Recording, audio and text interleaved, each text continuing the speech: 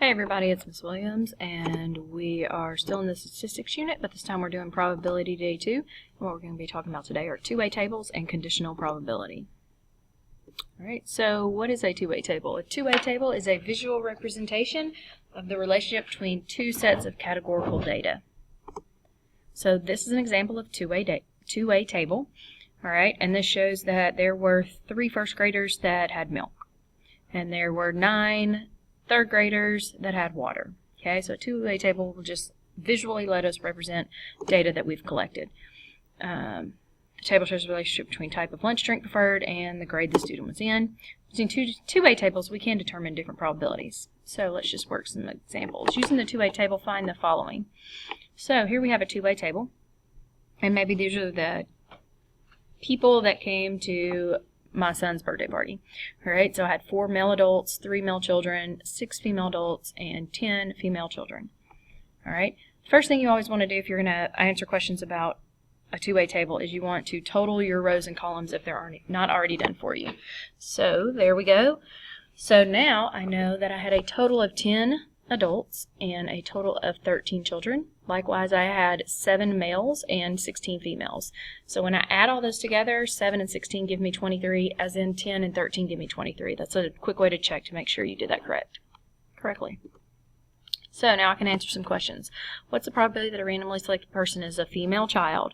So I go to the female column and also the child row, and I find out that I have 10, and we know that probability is what you want over everybody, so the answer there is 10 out of 23, because that's my total of everyone that was at the party. What's the probability that a randomly selected person at the party was an adult? So this time I need all the adults, both male and female.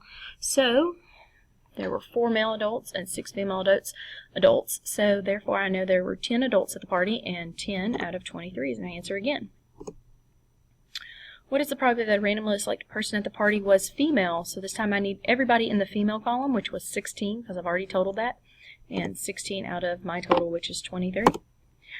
Finally, what is the probability that a randomly selected person at the party was not an adult? So now you can either do 1 minus the probability that they are an adult, or you can just, because you only have 2, adult and child, you only have 2 choices there. Not an adult would mean they were a child. So there's 13 children at the party out of 23. Okay. Conditional probability. Conditional probability is the probability that an event happens when another event is already known to have happened. Alright, so what does that look like? Use the following two-way table to find the following. So here I've collected some data on some people, if they had pierced ears or not. So male and female, and do they have pierced ears or not? So the first thing I'm going to do again is I'm going to total my rows and columns.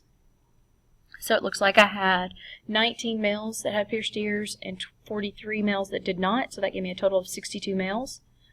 Females, 45 and 22 give me 67. Alright, I had a total of 64 people with pierced ear and a total of 65 people without pierced ears. So can you find the probability of selecting a male given that the person has pierced ears? So this is the condition. The condition is that I am only looking at people with pierced ears. So how many people had pierced ears? 64. Out of those 64, how many of them were male? 19 out of 64. Okay, so I'm not even looking at conditional probability is where you don't look at your entire population to get your probability. Find the probability of selecting a female given that the person does not have pierced ears. So this time I'm looking at people that don't have pierced ears. I only had 65 of the people that didn't have pierced ears. How many of those were female? That's right, 22. 22 out of 65. Now, see the difference between that question and this question I'm about to ask. Find the probability of selecting a female without pierced ears. So this time I'm looking for the row and column that combine to give me a female without pierced ears. So there are 22 females without pierced ears, but this time there was no condition, so I'm looking at everybody this time. So my answer would be 22 out of 129 people. Alright, we'll do some more practice on two-way tables when you come in next class period. Have a good rest of the night.